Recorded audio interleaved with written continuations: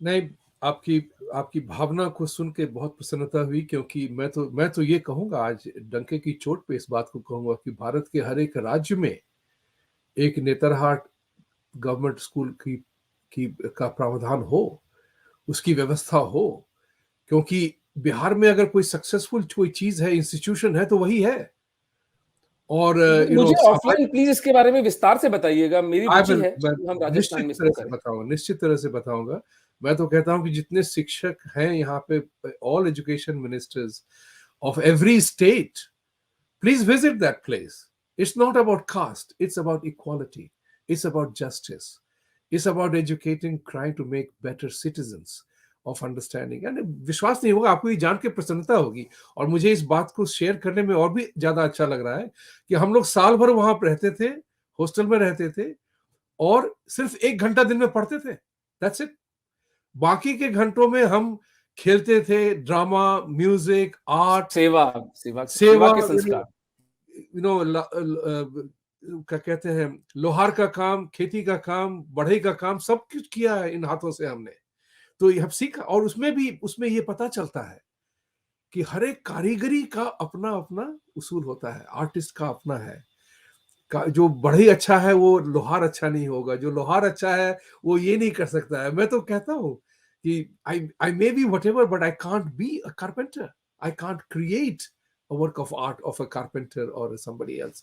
तो मैं आज आप लोगों से बहुत बहुत प्रसन्नता हुई इस चर्चा की, कि हम इकोनॉमी की जगह हमने इस सोशल रिलीजियस इशू को भी प्राथमिकता दी, क्योंकि without that you will end up being part of a halal system if you don't fix the other side.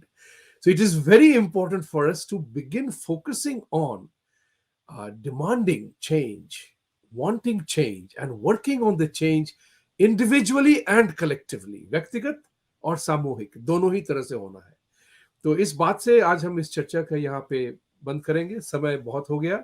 सवाल पूछेंगे और आप लोगों को सवाल, और उमर जी आप कुछ कहना चाहते थे, कह लीजिए। हाँ, मैं ये कहना चाहता था कि वो दलित सहोदर वाले में भावुक होकर के मैं बात एक भूल गया जो कि डॉक्टर प्रवीण सिन्हा सर ने कही थी। मैं उसका थोड़ा-सा एक रिबट करना चाहता हूँ कि सरकार आपको हलाल इकोनॉमी से नहीं बचा सकती।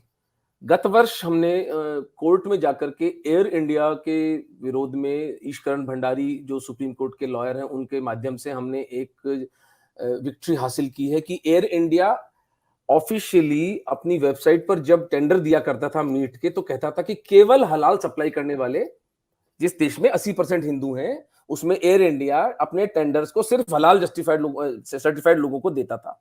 उस चीज को हमने काउंटर करके अब उसको हलाल न्यूट्रल कर दिया है। लेकिन इंडियन रेलवेज आज भी अपने टेंडर्स में केवल हलाल सर्टिफाइड मीट खिलाने वालों को ही टेंडर देता है। तो इस सरकार से, ये गवर्नमेंट से, इन कोर्टों से हमें कोई बहुत अपेक्षा नहीं है। हमें आम हिंदू के मन में जागृति लानी पड़ेगी। जयपुर के अंदर 1 दर्जन रेस्टोरेंट में मैं अकेला जाकर के मैंने वहां के नोट भरे, उसके मैनेजर को बुलाया, तमाशा किया, पत्नी बच्चे दोनों नाराज हुए कि आप हर जगह जाके यही तमाशा करते हैं। और फिर भी मैं करता हूं, वो एक they have learn to live with it. लेकिन 1 दर्जन राजपूतों के और अच्छे कुलीन लोगों के रेस्टोरेंट्स के अंदर हम लोगों ने झटका को बंद करा दिया। उसका एक बहुत सादा सा कारण है। सिखिज्म में गुरु गोविंद सिंह जी महाराज के जो आदेश हैं कि कोई सिख, कौन सिख नहीं है, तो उन्होंने 3-4 पॉइंट्स बताए थे। एक स्मोकिंग मना किया था, अल्कोहल के लिए, पर स्त्री गमन, मोस्ट इंपॉर्टेंट, सिख कभी भी कुठा मांस कहते थे उसको, कि वो हलाल मांस नहीं खा सकता। तो ये एक इतना बड़ा एक सैंक्शन हमारे पास में हमारे गुरुओं का दिया हुआ है कि हम सिख समाज को तो कम से कम कहें कि, और वह वैसे भी सिख समाज हलाल मांस कम ही खाता है, लेकिन ये जागृति। मैं क्षत्रिय हूं, राजपूत हूं राजस्थान का। हमारी कुल देवियों का स्पष्ट आदेश है, हमारे यहाँ पे आज भी झटका मांस की प्रथा है, बलि चढ़ाई जाती है नवरात्रि में। अगर एक झटके में भैंसे की या बकरे की गर्दन नहीं कटती है तो देवी के यहाँ उस प्रसाद को अभक्ष्य माना जाता है। इस रिलीजियस सोशल प्रेमाइस पर अगर हम हलाल की ऑपोजिशन को बिल्ड करें तो बहुत हमें इसके अंदर ट्रैक्शन मिलेगा, और मिला है। बहुत सी चीजें बेंगलुरु के अंदर अभी 1 दर्जन से अधिक झटका की दुकानें खोली हैं। 2 झटका की दुकानें हमने जयपुर में खुलवाई हैं खटीक समाज के साथ। इसका एक सोशियो इकोनॉमिक पहलू है, क्योंकि हलाल इकोनॉमी के सबसे बड़े सफरर्स हमारा दलित समाज है, और वो केवल मीट की इंडस्ट्री से बाहर नहीं हुआ है।